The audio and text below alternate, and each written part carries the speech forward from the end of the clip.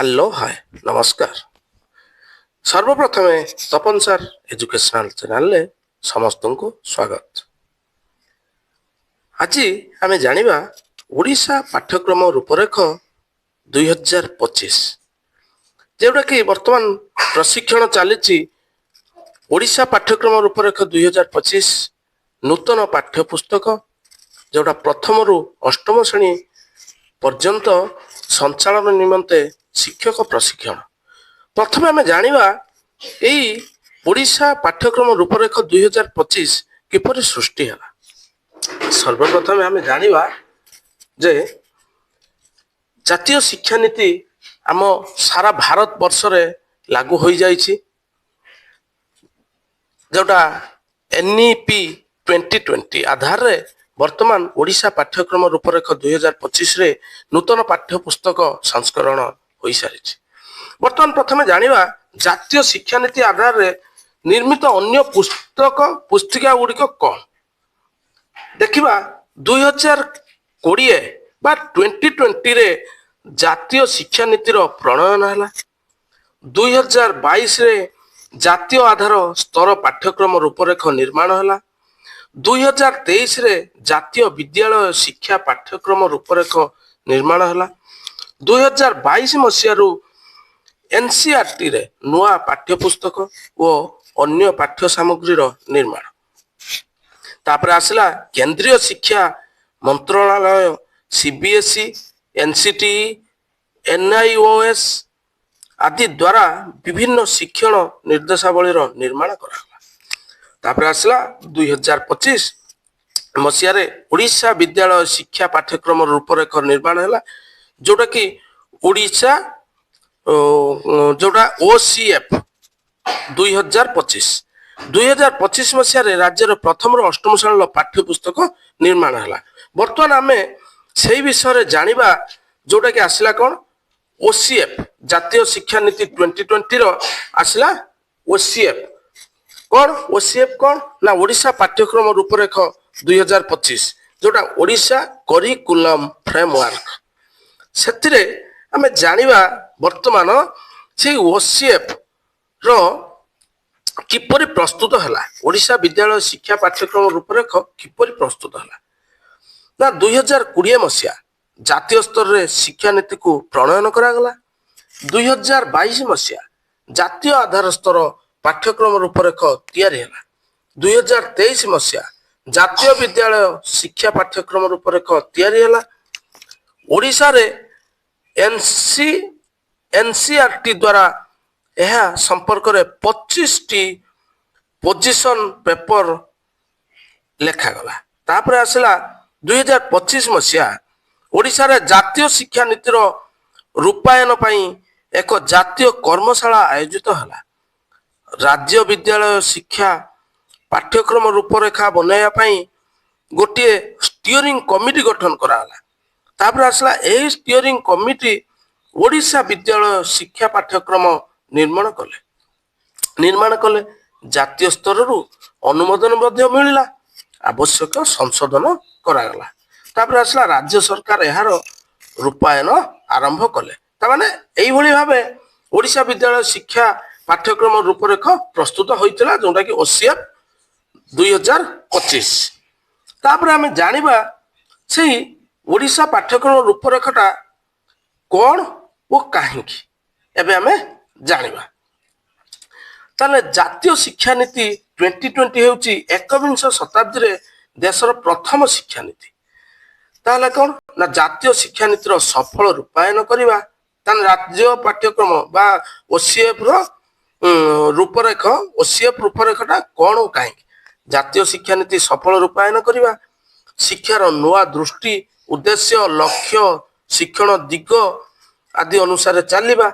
ତାପରେ ରାଜ୍ୟରେ ପାଠ୍ୟପୁସ୍ତକ ଅନ୍ୟାନ୍ୟ ପାଠ ସାମଗ୍ରୀ ନିର୍ମାଣ କରିବା। ତାପରେ ଆସିଲା ବିଦ୍ୟାଳୟ ଶିକ୍ଷା ସ୍ତର ଶିକ୍ଷଣ ବିଧି ଆକଳନ ବିଧି ଆଦି ପ୍ରସ୍ତୁତ କରିବା। ତାପରେ ଆସିଲା ଶିକ୍ଷକ ଚୟନ ପ୍ରଶିକ୍ଷଣ ଓ ପ୍ରଦର୍ଶନର ମାନ ନିର୍ଦ୍ଧାରଣ କରିବା। ତାପରେ ନୂଆ କାରିଗରର ଉପଯୋଗ କରିବା। ତାପରେ ଆସିଲା ଭାରତୀୟ ଶିକ୍ଷା ଦର୍ଶନ ଓ ପ୍ରୟୋଗ ବିଧିକୁ ଜାଣିବା କାମରେ ଲଗାଇବା। ତାପରେ ଶିକ୍ଷାର ମାନକୁ ବଢାଇବା, ଜୀବନ ଓ ସମାଜ ପାଇଁ ଅଧିକ ଉପଯୋଗୀ ବନାଇବା। ତାହେଲେ ଏଇଟା ହେଲା ରାଜ୍ୟ ପାଠ୍ୟକ୍ରମ ରୂପରେଖ କଣ ଓ କାହିଁକି। ତାପରେ ଆମେ ଜାଣିବା ଏଇ ଓସିଏଫ୍ ବା ରାଜ୍ୟ ପାଠ୍ୟକ୍ରମ ରୂପରେଖର ବିଶେଷତା କଣ, ଓସିଏଫ୍ 2025ର ବିଶେଷତା କଣ କଣ ବିଶେଷତା ଆମେ ଦେଖିବା।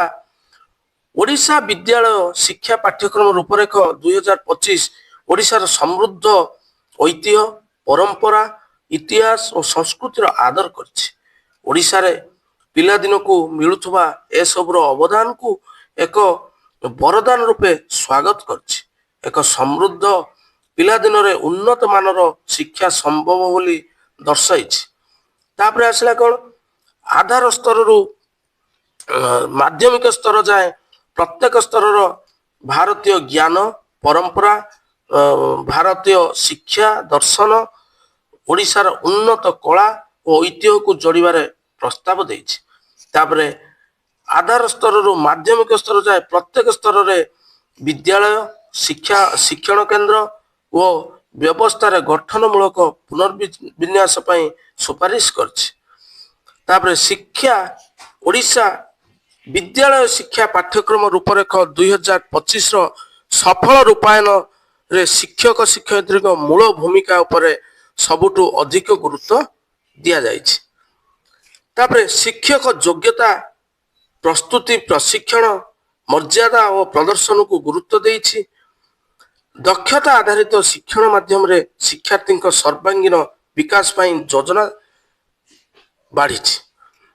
ଯୋଉଟାକି ପଞ୍ଚକୋଶର ବିକାଶ ଓ ପଞ୍ଚପଦୀ ଶିକ୍ଷଣ ବିଧି, ସେ ପଞ୍ଚପଦୀ ଶିକ୍ଷଣ ବିଧିରେ ମଧ୍ୟ ଆମେ ଆଲୋଚନା କରିବା। ଶିକ୍ଷଣ ବିଧି ଓ ଶିକ୍ଷଣ ଆକଳନ ବ୍ୟବସ୍ଥାକୁ ଅଧିକ ପ୍ରଭାବଶାଳୀ କରିବାର ପ୍ରସ୍ତାବ ଦେଇଛି। ପ୍ରତ୍ୟେକ ଶିକ୍ଷାର୍ଥୀଙ୍କ କଳା ଓ ସ୍ୱାସ୍ଥ୍ୟର ବ୍ୟବସ୍ଥିତ ବିକାଶ ସହିତ ସମସ୍ତଙ୍କ ବୃତ୍ତିଗତ ଶିକ୍ଷା ଉପରେ ବିଶେଷ ଗୁରୁତ୍ୱ ଦିଆଯାଇଛି। ଯୋଉଟା NCERT ଦ୍ୱାରା ନୂଆରେ ପ୍ରସ୍ତୁତ ପାଠ୍ୟପୁସ୍ତକ ଗୁଡ଼ିକୁ ସ୍ଥାନୀୟ ଉଦାହରଣ ମାଧ୍ୟମରେ ସମୃଦ୍ଧ କରିବାର ପ୍ରସ୍ତାବ ଦିଆଯାଇଛି। ତାପରେ NCERT ରୀତିରେ ଅଧିକ ଦକ୍ଷ ଓ ପ୍ରଭାବଶାଳୀ ଶିକ୍ଷା ଅନୁଷ୍ଠାନ ରୂପେ ଗଢ଼ିବାର ପ୍ରସ୍ତାବ ଦିଆଯାଇଛି। ଏଇଟା ଆମେ ଜାଣିଲେ OCF 2025ର ବିଶେଷତା ଆମେ ଜାଣିଲେ।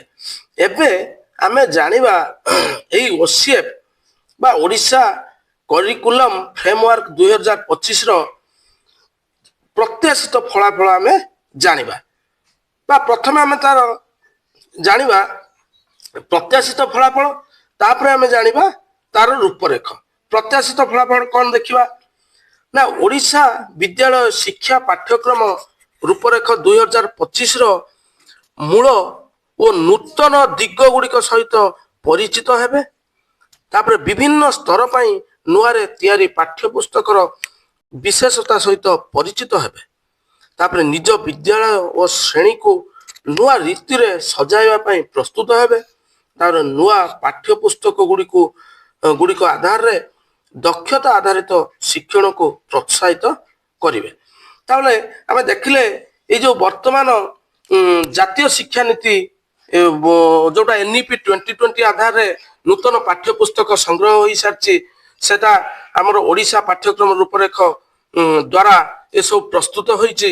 ନୂତନ ପାଠ୍ୟପୁସ୍ତକ ପ୍ରଥମରୁ ଅଷ୍ଟମ ଶ୍ରେଣୀ ପର୍ଯ୍ୟନ୍ତ ତାର ଆମେ ପ୍ରତ୍ୟାଶିତ ଫଳାଫଳ ଆମେ ଜାଣିଲେ। ଏବେ ଜାଣିବା ଓଡ଼ିଶା ପାଠ୍ୟକ୍ରମ ରୂପରେଖ 2025 ରୂପରେଖଟା କଣ। ତାହେଲେ ବିଦ୍ୟାଳୟ ଶିକ୍ଷା ବ୍ୟବସ୍ଥାର ଶାରୀରିକ ସୁସ୍ଥତା ଓ ଚରିତ୍ର ଗଠନ ପାଇଁ ଦକ୍ଷତା ମାଧ୍ୟମରେ ଜ୍ଞାନ, କୌଶଳ, ମୂଲ୍ୟବୋଧ ଓ ସ୍ୱଭାବ ହାସଲ କରିବେ। ସମୃଦ୍ଧ ଭାରତୀୟ ସଂସ୍କୃତି ପାଇଁ ସାଂସ୍କୃତିକ, ଆର୍ଥିକ, ଗଣତାନ୍ତ୍ରିକ ଏବଂ ସାମାଜିକ ଯୋଗଦାନ କରିବେ। ଏହା ଯେଉଁ କ୍ରମରେ ରହିଛି ସେ ହେଲା ଗୋଟେ ଶିକ୍ଷା ଉଦ୍ଦେଶ୍ୟ, ଯୋଉଟା କି ଏମ୍ ଅଫ୍ ଏଜୁକେସନ। ତାପରେ ହେଲା ପାଠ୍ୟକ୍ରମ ଲକ୍ଷ୍ୟ, ଯୋଉଟା କରିକୁଲାର ଗୋଲ୍ସ। ତାପରେ ଆସିଲା ଦକ୍ଷତା, ଯୋଉଟା ହେଲା କମ୍ପିଟେନ୍ସିଜ। ଆଉ ଗୋଟେ ଆସିଲା ଶିକ୍ଷଣ ଫଳାଫଳ, ଯୋଉଟା ଲର୍ଣ୍ଣିଂ ଆଉଟକମ୍ସ। ଏଇଟା ଗୋଟେ ଆମେ ଜାଣିଲେ ତାର ରୂପରେଖଟା। ତାପରେ ଆମେ ଜାଣିବା ପାଠ୍ୟକ୍ରମର ଲକ୍ଷ୍ୟଟା କଣ।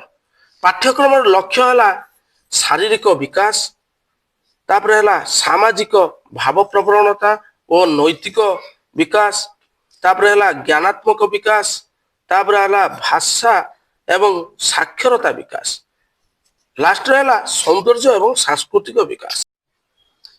एबे तो आमे जानिले पाठ्यक्रम लक्ष्य विषय जानले बर्तमान आमे जानिबा जोटा ओसीएफ 2025 बा ओडिशा करिकुलम फ्रेमवर्क 2025 रो शिक्षण प्रक्रिया बर्तमान जो नूतन पाठ्यपुस्तक अनुसार बर्तमान आमर पांचटा पद्धति अनुसरण करी आमे लेसन प्लान तैयारी करिबा पाठ पढ़ेवा सबु किछि कार्यक्रम पांचटा पद्धति अनुसार करिबा से पंचपदी पद्धति है कौन ना शिक्षण प्रक्रिया रे गोटे है अदिति आउटे है बोध आउटे है अभ्यास तापर है प्रयोग और सर्वशेष है प्रसार।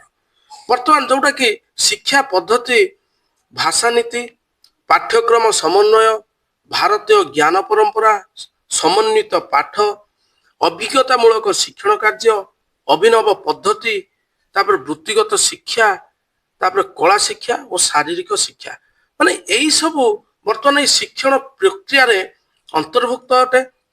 विशेष करी आमे पंचपदी पद्धति की बर्तमान आमे अनुसरण करिबा सबु किछि कार्यक्रम बा पाठ मध्य पढ़ेबा एई पांचटी पद्धति अनुसार बर्तमान एई पांचटी पद्धति की नै हमर अजिता दीदी गोटे सुंदर कविताटी निज मनरु से लिखिचंती पांचटा पद्धति प्रयोग करिवे केमिति बढ़िया कविताटे से जो लिखिचंती आमे बर्तमान सुनिबा।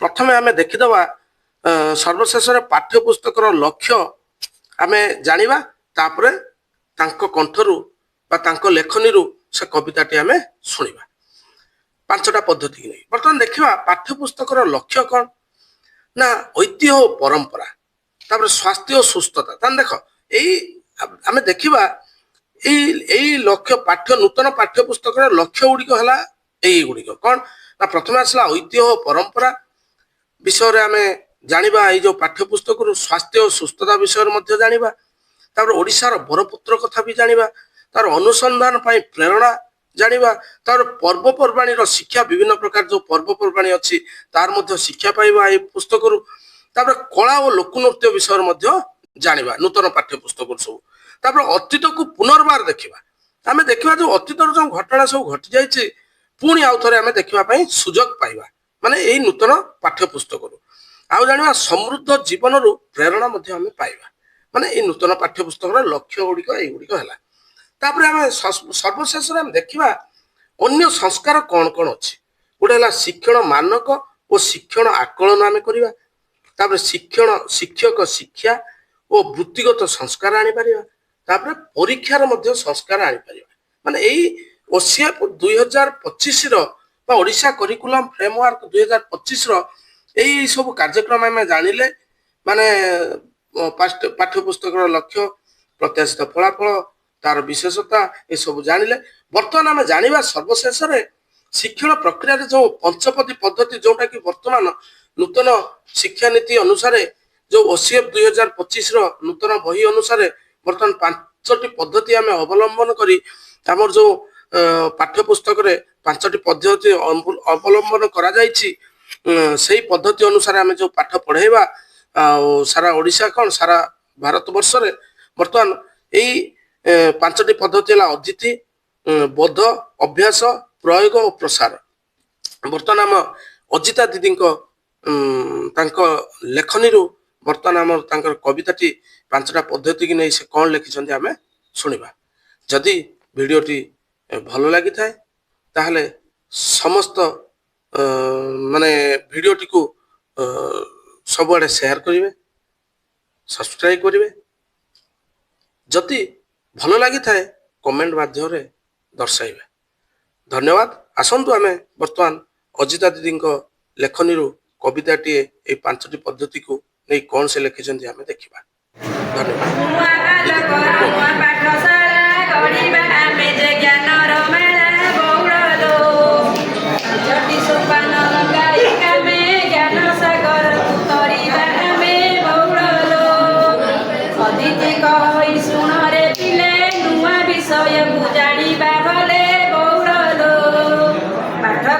ପଢ଼ିବା ଦେଇଣ ମନ ପାଠରୁ ପାଇବା ନୂତନ ଜ୍ଞାନ ବହୁଳ ବୋଧରୁ ମିଳଇ ବୁଝିବା ସତି ବିଷୟ ବସ୍ତୁରେ ବଢ଼ାଇ ଗତି ବହୁଳ ଶିକ୍ଷକଙ୍କ କଥା ବୁଝିବା ସହଜେ ସନ୍ଦେହ ରଖିବା ନାହିଁ ମଗ ବହୁଳ ଅଭ୍ୟାସ କଲେ ଯେ ଦୃଢ଼ ହୁଅଇ ବୁଲିବାର ଭୟ ଆଉ ନଥାଏ ବହୁଳ ବାରମ୍ବାର ପଢ଼ି ରଖିବା ମନେ ସଫଳ ହୋଇବା ଆମେ ଜୀବନେ ବହୁଳ ପ୍ରୟୋଗ ଶିଖାଏ କାମରେ ଲଗାଅ ନିଜର ଦକ୍ଷତା ନିଜେ ଦେଖାଅ ବହୁଳ ଶିଖିବା କଥାକୁ ଜୀବନେ ଖଟାଇ ନୂଆ କିଛି ଆମେ କରିବା ଭାଇ ବହୁଳ ପ୍ରସାର ଜରିଆରେ ବାଣ୍ଟିବା ଜ୍ଞାନ ଜଗତରେ ହେବା ଆମେ ମହାନ ବହୁଳ ନୂଆ କଥା ସବୁ ସଭିଙ୍କୁ କହିବା ଆଲୋକର ଶିଖା ଜଳେଇ ଦେବା ବହୁଳ ପଞ୍ଚପଦୀ ନୀତି ଭୁଲିବା ନାହିଁ ଜୀବନ ଯୁଦ୍ଧରେ ହାରିବା